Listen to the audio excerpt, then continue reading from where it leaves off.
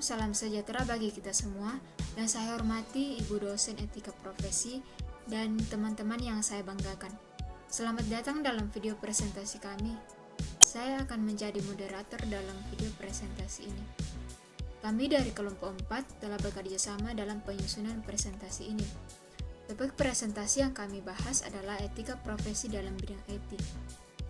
Kelompok kami terdiri dari 4 anggota kelompok, yaitu yang pertama Irin Kasa, yang kedua Meliani Telokadang, yaitu saya sendiri, yang ketiga Efren Rumbe, dan yang keempat Alni Matang. Segera saja kita melakukan presentasi ini. Saya serahkan kepada Irin Kasa untuk memulai presentasi ini. Hai, perkenalkan nama saya Irin Kasa. Di sini saya akan membahas tentang apa sih arti profesi. Nah, profesi adalah suatu bidang pekerjaan atau karir yang melibatkan penerapan pengetahuan, keterampilan khusus, dan etika tertentu dalam suatu lingkungan kerja tertentu. Nah, orang yang memilih profesi biasanya harus menjalani pendidikan dan pelatihan yang intensif untuk mengembangkan potensi dan keahlian yang diperlukan dalam bidang tersebut. Nah, profesi sering sekali diatur oleh badan atau lembaga pengawas yang menetapkan standar etika dan praktis profesional untuk memastikan bahwa para praktisi menjalankan tugas mereka dengan integritas, kompetensi, dan kepatuhan terhadap kode etik yang berlaku. Kemudian kita lanjut membahas sebuah ciri-ciri dalam profesi. Nah, ada beberapa ciri-ciri dalam profesi yang akan saya bahas. Yang pertama itu pendidikan dan pelatihan khusus, di mana profesi membutuhkan pendidikan dan pelatihan yang mendalam dan khusus. Nah, orang yang ingin menjadi profesional dalam bidang tertentu harus mengejar tingkat pendidikan yang sesuai dan seringkali harus mendapatkan lisensi atau sertifikasi.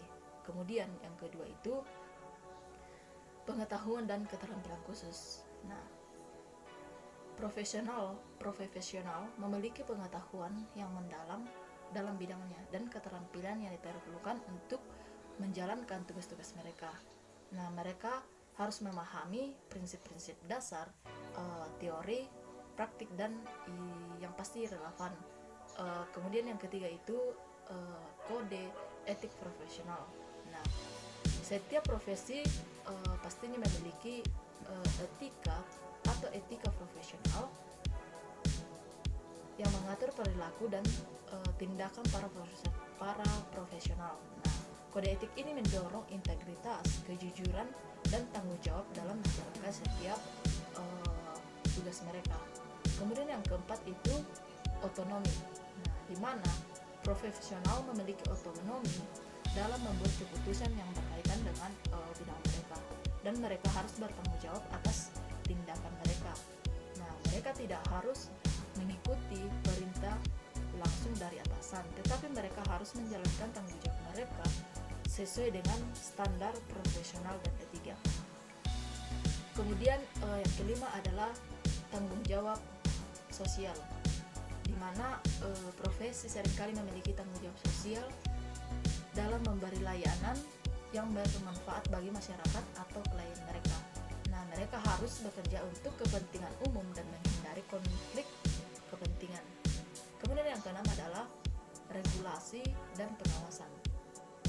Banyak profesi diatur oleh badan atau lembaga pengawas yang menetapkan standar dan mengawasi praktik para profesional. Nah, ini bertujuan untuk melindungi masyarakat dan menjaga kualitas pelayanan mereka.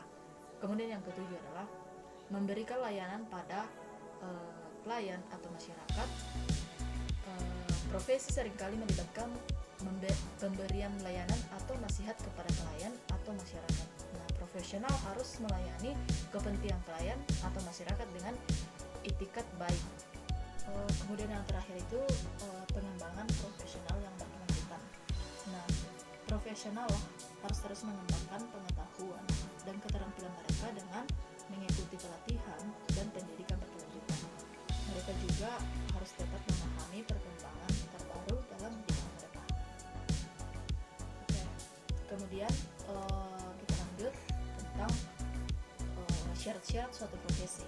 Nah, Di syarat-syarat suatu profesi saya akan membahas 5 tahap, yaitu yang pertama itu melibatkan kegiatan intelektual, kemudian yang kedua menggeluti suatu batang tubuh ilmiah khusus, kemudian yang ketiga memerlukan persiapan profesional yang alam dan bukan sekedar latihan, kemudian yang keempat memerlukan latihan dalam jabatan yang berkesinambungan, kemudian yang kelima menjanjikan karir hidup dan keanggotaan yang permanen, kemudian yang keenam meningkatkan layanan di atas keuntungan pribadi, kemudian yang ketujuh mempunyai organisasi profesional yang kuat dan terjalin erat, kemudian yang kedelapan menentukan buku standarnya sendiri, dalam hal ini adalah kode etik.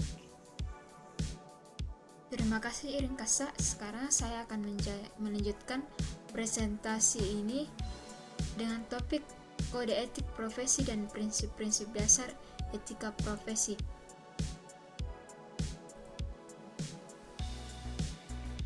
Kode etik.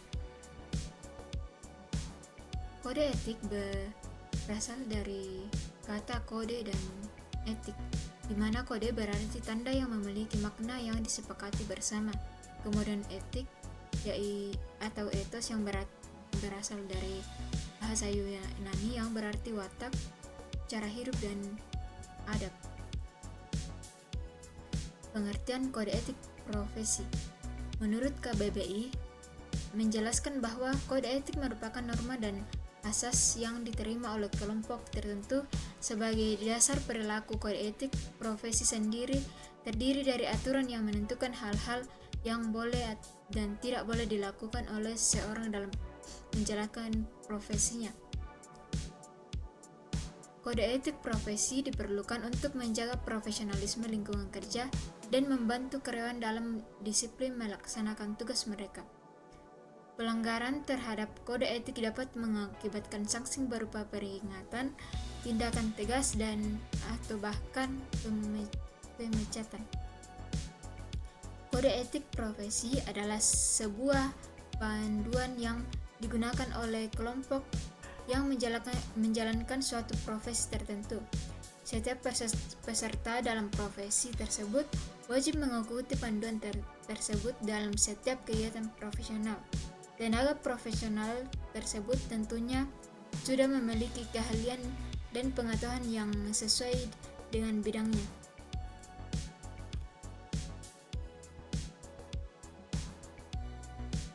Tujuan kode etik profesi.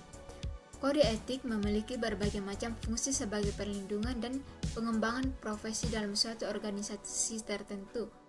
Kode etik ini menekankan pentingnya menjalankan tugas profesional dalam sebuah organisasi atau perkumpulan tertentu, serta menjadikan kode jabatan di kalangan masyarakat. Sebuah kode etik pastinya dirumuskan untuk kepentingan anggota dan organisasi sebuah profesi.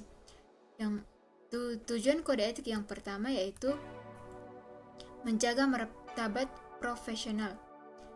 Fungsi pertama dari kode etik adalah menjaga martabat profesional. Hal ini dilakukan untuk melindungi citra atau profesionalitas atas masyarakat luar agar masyarakat tetap menganggap profesi tersebut teguh atas kinerja yang tetap dianggap sebagai profesional di bidangnya. Kemudian, tujuan kode etik yang kedua yaitu menjaga kesejahteraan anggota.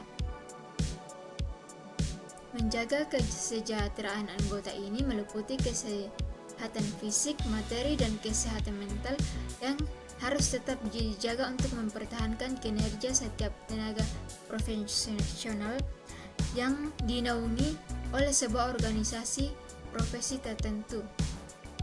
Kemudian yang ketiga, meningkatkan layanan kualitas profesionalitas.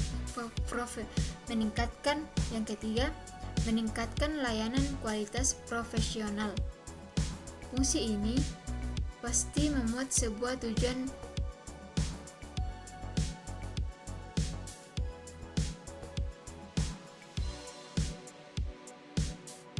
yang ketiga, meningkatkan layanan kualitas profesional. Kode etik ini menetapkan aturan yang harus ditetapkan oleh setiap para individu profesional yang akan menjalankan tugasnya masing-masing.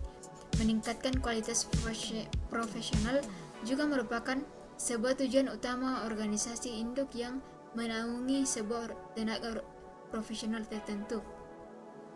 Tujuan dari pengusunan kode etik profesional adalah untuk menjaga harga dan martabat sebuah kualitas profesional dan organisasi induk yang menaungi tenaga profesional secara sempurna.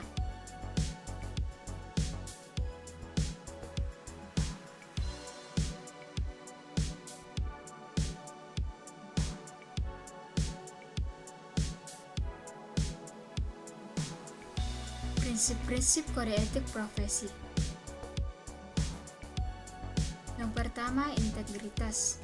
Integritas mengacu pada kualitas moral yang mendorong seseorang untuk bertindak dengan kejujuran dan keterbukaan. Profesional dengan integritas tidak terlibat dalam praktik curang, menipu, atau tidak etis. Mereka memiliki kemampuan untuk memegang komitmen dan mematuhi prinsip-prinsip moral bahkan ketika menghadapi tekanan atau godaan. Contohnya, seseorang auditor yang menolak untuk memanipulasi data keuangan klien demi keuntungan finansial karena ia mengutamakan integritas dan kejujuran dalam pekerjaannya. Yang kedua, kejujuran. Prinsip kejujuran menekankan pentingnya memberikan informasi yang benar dan akurat. Profesional harus menghindari penyebaran informasi yang salah atau menyesatkan orang lain. Kejujuran adalah dasar kepercayaan dalam interaksi manusia, terutama dalam konteks profesional. Contohnya, seorang jurnalis yang selalu memverifikasi sumbernya dengan cermat sebelum menulis berita dan tidak menyebarkan berita palsu atau tidak terbukti. Kemudian yang ketiga, kepentingan klien atau kepentingan publik utama. Prinsip ini menekankan bahwa profesional harus selalu mengutamakan kepentingan klien atau kepentingan publik di atas kepentingan pribadi atau perusahaan. Mereka harus menjaga kesejahteraan klien atau masyarakat sebagai prioritas utama. Sebagai contoh, seorang pengelola data investasi yang mengambil keputusan investasi yang paling menguntungkan bagi kliennya, bukan berdasarkan potensi komisi yang mereka akan terima. Kemudian yang keempat, kerahasiaan. Prinsip kerahasiaan menyeratkan bahwa profesional harus menjaga kerahasiaan informasi yang diperoleh dalam pekerjaan mereka. Mereka tidak boleh mengungkapkan informasi rahasia klien atau pihak ketiga tanpa izin. Kemudian yang kelima, tanggung jawab. Tanggung jawab profesional. Prinsip ini mewajibkan profesi untuk menerima dan memahami tanggung jawab mereka dalam menjalankan tugas dan keputusan mereka.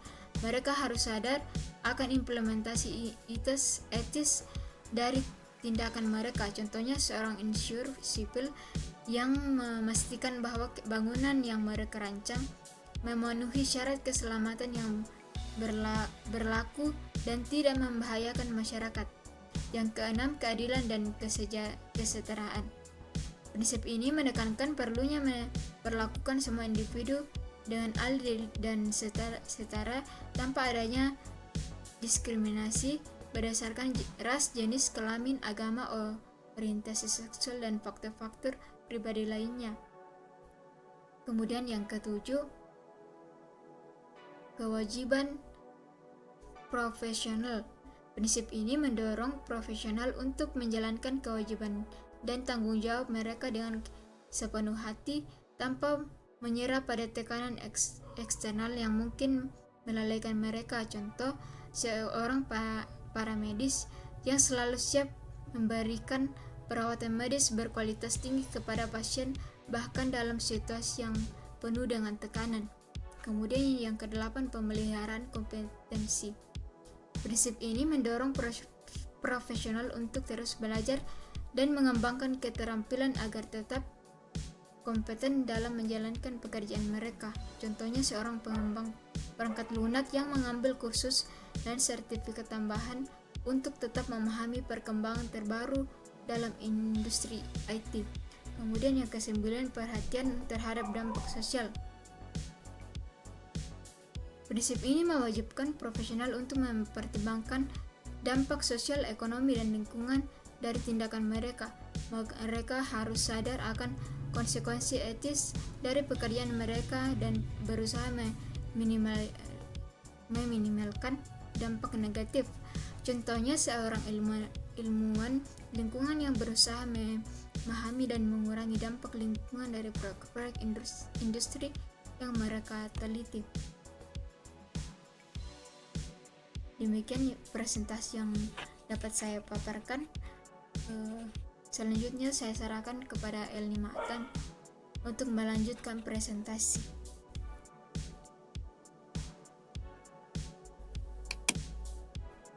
Demikian yang dapat saya paparkan. Selanjutnya saya persilakan kepada Efraim untuk melanjutkan presentasi. Aku Efraim from B dengan NIM 221611141. Here I'm gonna give you the lowdown on some computer ethics stuff and what is meant to be a pro and professionalism, and lastly the trait of a real pro. So let's dive right in. Isu pokok dalam etika komputer itu meliputi privasi, di mana privasi ini adalah salah satu isu paling penting dalam etika komputer.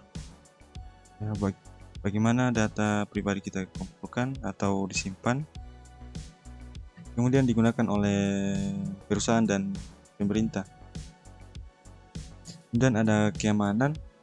Keamanan ini bisa berupa keamanan informasi ya. Kemudian ada isu kritis.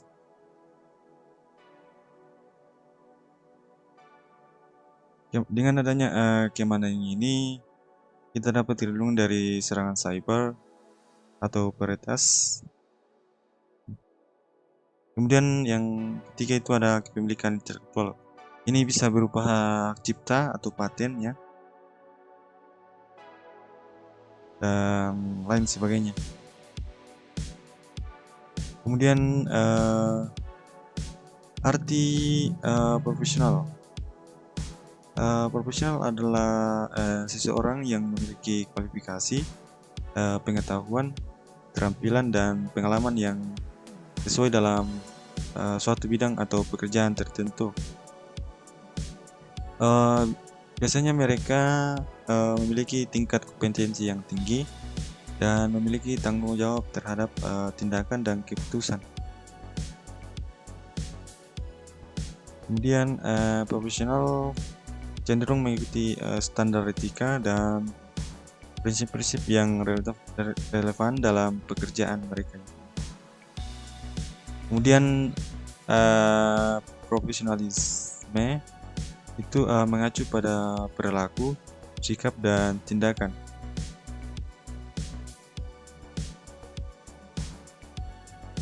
Ini mencakup integritas, komitmen terhadap etika, dan nilai-nilai yang relevan.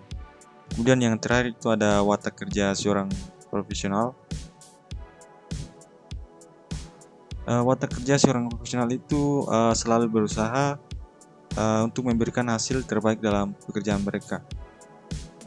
Mereka peduli tentang kualitas kerja mereka dan berusaha untuk memperbaiki diri secara terus-menerus.